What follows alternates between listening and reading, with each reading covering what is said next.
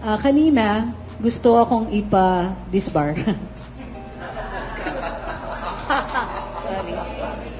Sorry. Okay, ganito yun. Sabi ni Congressman Paduano, is she a lawyer? Malamang, kasi attorney Trixie Angeles yung nakalagay dun sa ano ko. But sige, at dahil abogado ko, at hindi daw ako umattend sa hearing ngayon, sa inquiry ngayong araw na ito, patitignan daw niya sa legal ng House kung pwedeng mag-file sila ng disbarment case sa akin. Hindi kami takot. Mas matalino lang kami.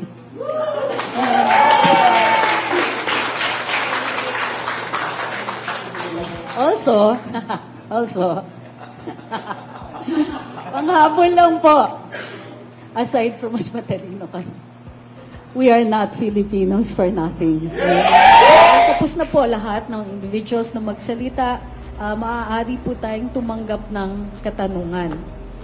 May I add one more thing lang po.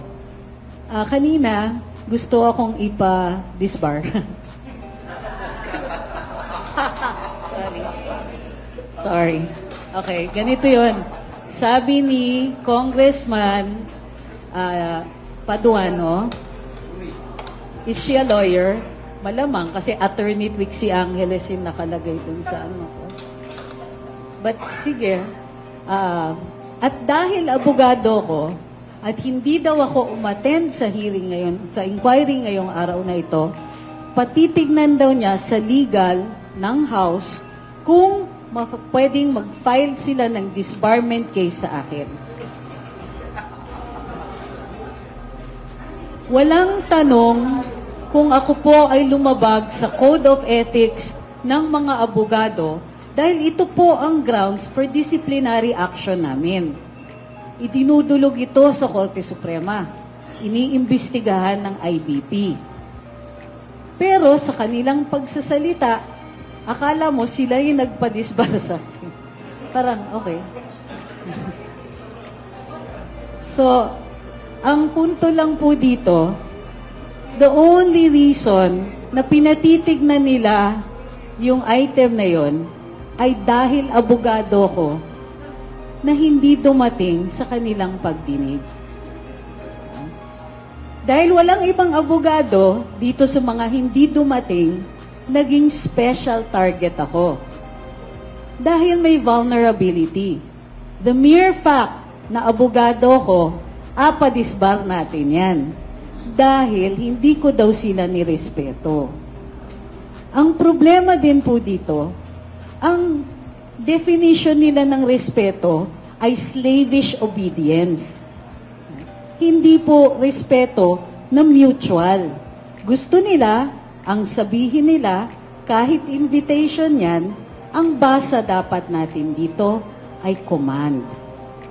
Sorry po, kasi dahil ako po ay gumraduate with a degree in linguistics sa University of the Philippines, ang pagbasa ko din, tulad ng ibang abogado, ay precise.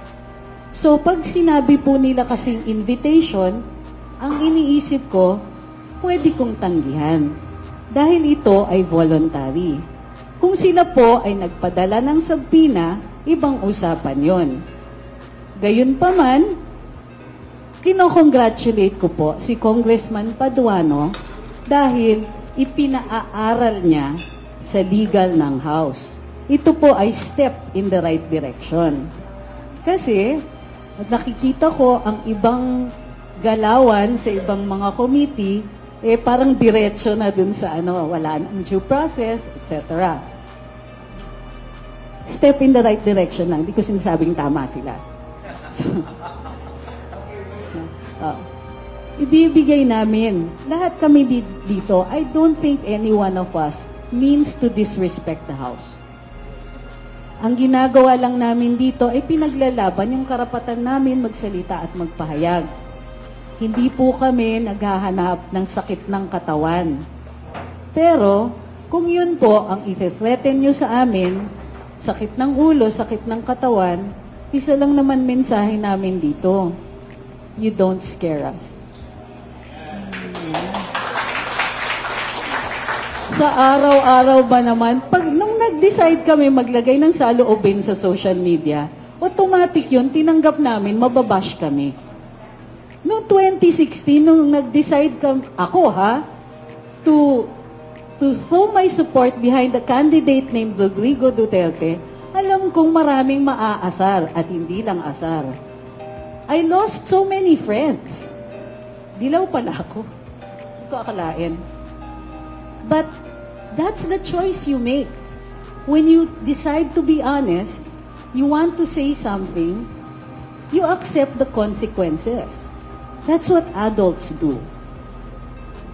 Taas kamay pag Andy Rice. Laban! Yan ang kaing mang inasal. Unfortunately, we are ruled sometimes, I'm not saying this is just in the house or it's in the house, but by people who are in dire need of adult supervision. And that's really sad. Kasi, di ba, we expect our officials, binoto natin sila because we thought that they could lead us. Ang lungkot naman na they think that they can do this because time is on their side. Kumbaga, okay lang, lapastanganin natin ang karapatan nitong taong to. Anyway, they have to go to court to defend their rights. It's gonna take some time, and in the meantime, i-detain natin sila. Because that's what's happening now. Hindi kami takot. Mas matalino lang kami.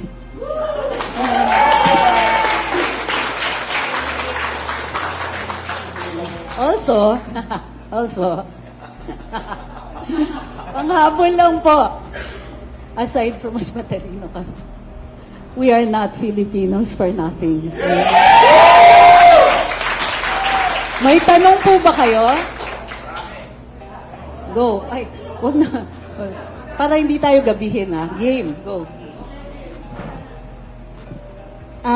Thank you. First, I'd like to congratulate everyone for the courage that you showed para to inspire the Filipino people. Yung tanong ko is addressed to Attorney Trixie actually, no? Attorney Trixie, para lang din sa kapakanan ng mga maraming nanonood, no? At isang payak na pagpapaliwanag. After today that we or you submitted the petition sa Supreme Court, ang House po ba can still execute yung mga show cause orders or yung mga subpoena na nabanggit nila kanina?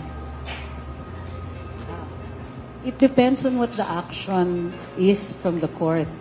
Dahil ang aming petisyon ay may prayer for temporary restraining order, kung may TRO, wala na po yun. Because matitigil muna yung pagdidinig at yung pagsamon sa amin.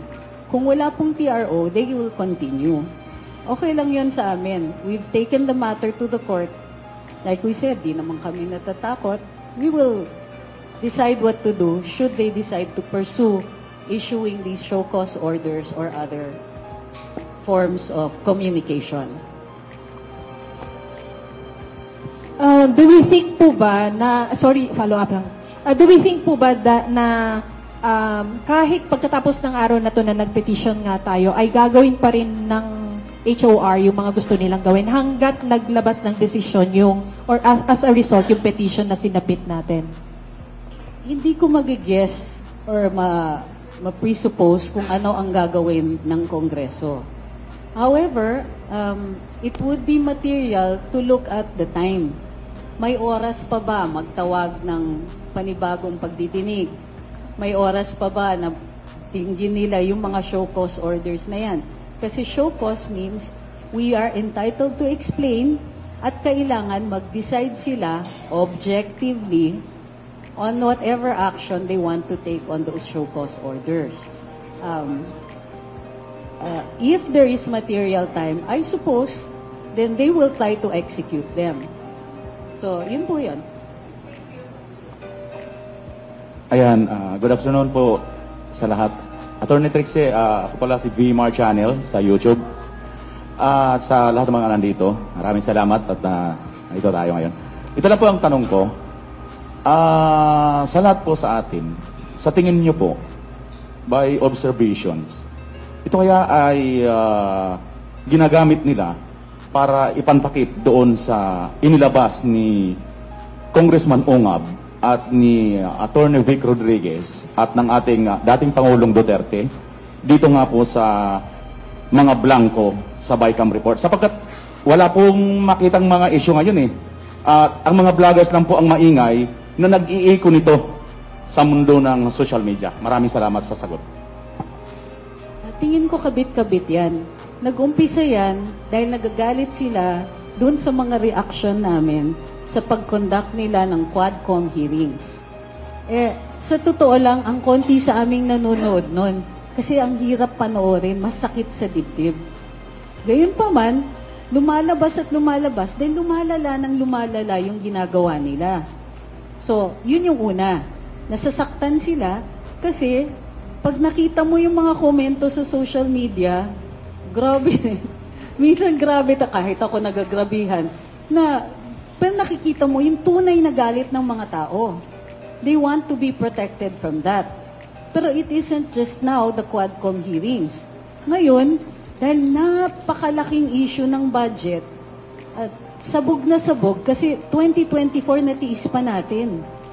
Pero yung 2 years in a row, na naggugutom yung mga tao, tapos nabibisto na just how many people have been deprived of healthcare. Ito yung 4Ps ha. 4Ps, senior citizens, PWDs, sila po yung unang na-drop out dun sa programa ng PhilHealth. So, araw-araw nung dumadaan, na nakikita natin yung mga problema ng bayan na hindi inaasikaso dahil tinututukan nila yung perang makukuha sa national budget, na less likely araw-araw na mananahimik ang mga vloggers. Padating po yung eleksyon. So, kabit-kabit yan. It's the budget, yung impeachment ni VP Inday, and of course, yung darating na eleksyon.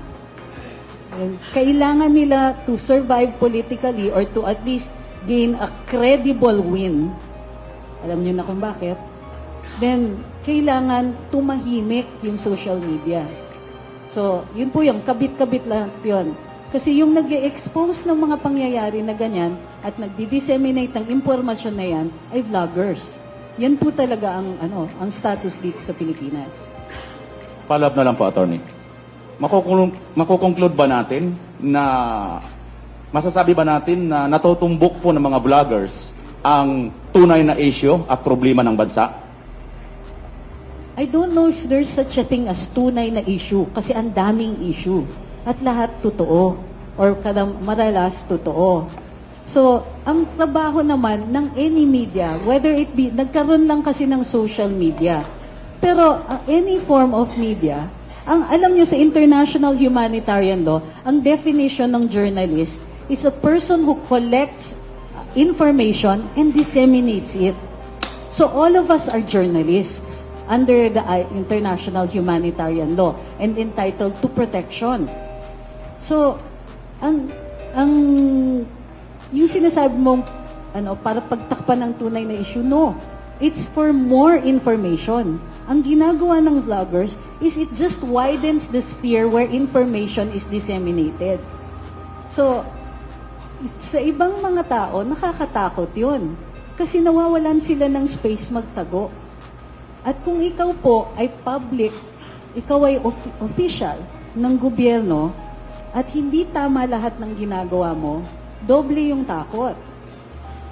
Which is the entire purpose of the freedom of speech, di ba? So yun po yun. It's really, it isn't about a truth. It's about the space for information where all of us can come to our own conclusions. Wala kasing pwedeng magsabi kung ano ang katotohanan. Halimbawa, hindi nila dinidefine ang fake news. Alam nyo kung bakit? Kasi ang hirap i-define. Halimbawa, si Galileo, sinabi niya, heliocentric ang solar system.